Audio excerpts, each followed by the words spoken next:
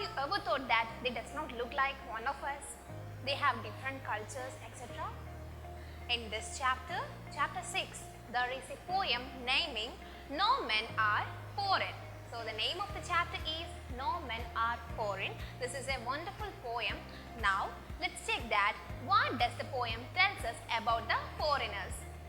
Let us reflect one of the opening lines of this thoughtful and very noble poem. The poem begins by asking us to constantly remind ourselves that no human being is strange or different.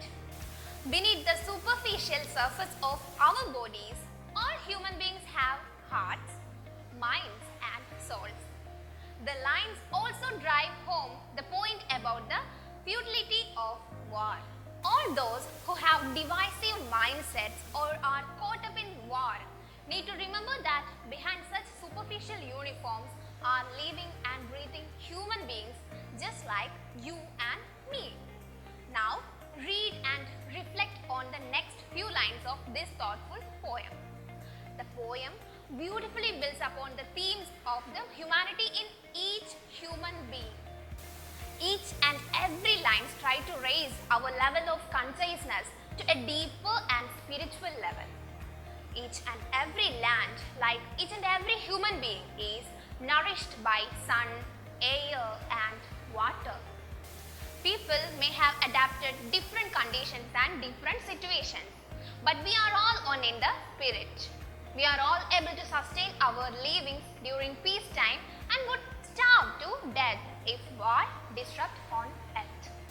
Any division of labors is in fact superficial, and our hands, whether we are in digital field and agricultural field or any other field, speak of the humanity in us with hearts, souls and minds capable of loving, feeling and thinking.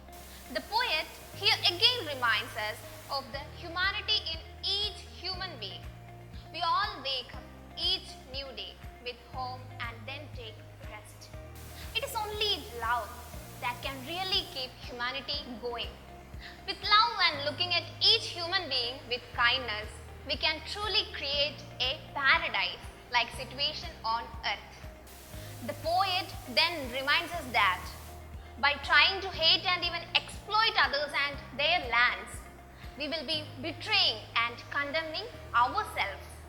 Such kind of exploitation will only lead to superficial short-term success and no deep or no spiritual kind of redemption. In the last lines of this compelling poem, the poet again reminds us that taking arms against each other, that is war, is in fact fertile. The very human earth is ruined through war, hatred and exploitation of any kind. The earth can become ravaged and polluted through war and exploitation with the constant firing, destruction and pulling up the dust and debris. The air that we breathe also becomes polluted as a result. The poet ends with the refrain, no men are foreign and no countries are strange. And we need to constantly remember that we are all one in the spirit and encourage mutual respect, discussion and dialogue for a truly human, just a sustainable world in the future. Okay friends, this is the poem No Men Are Foreign. It's a wonderful and beautiful poem. I hope all of you like this poem very much. In next video, we'll meet you in another interesting chapter for you. Till then, goodbye.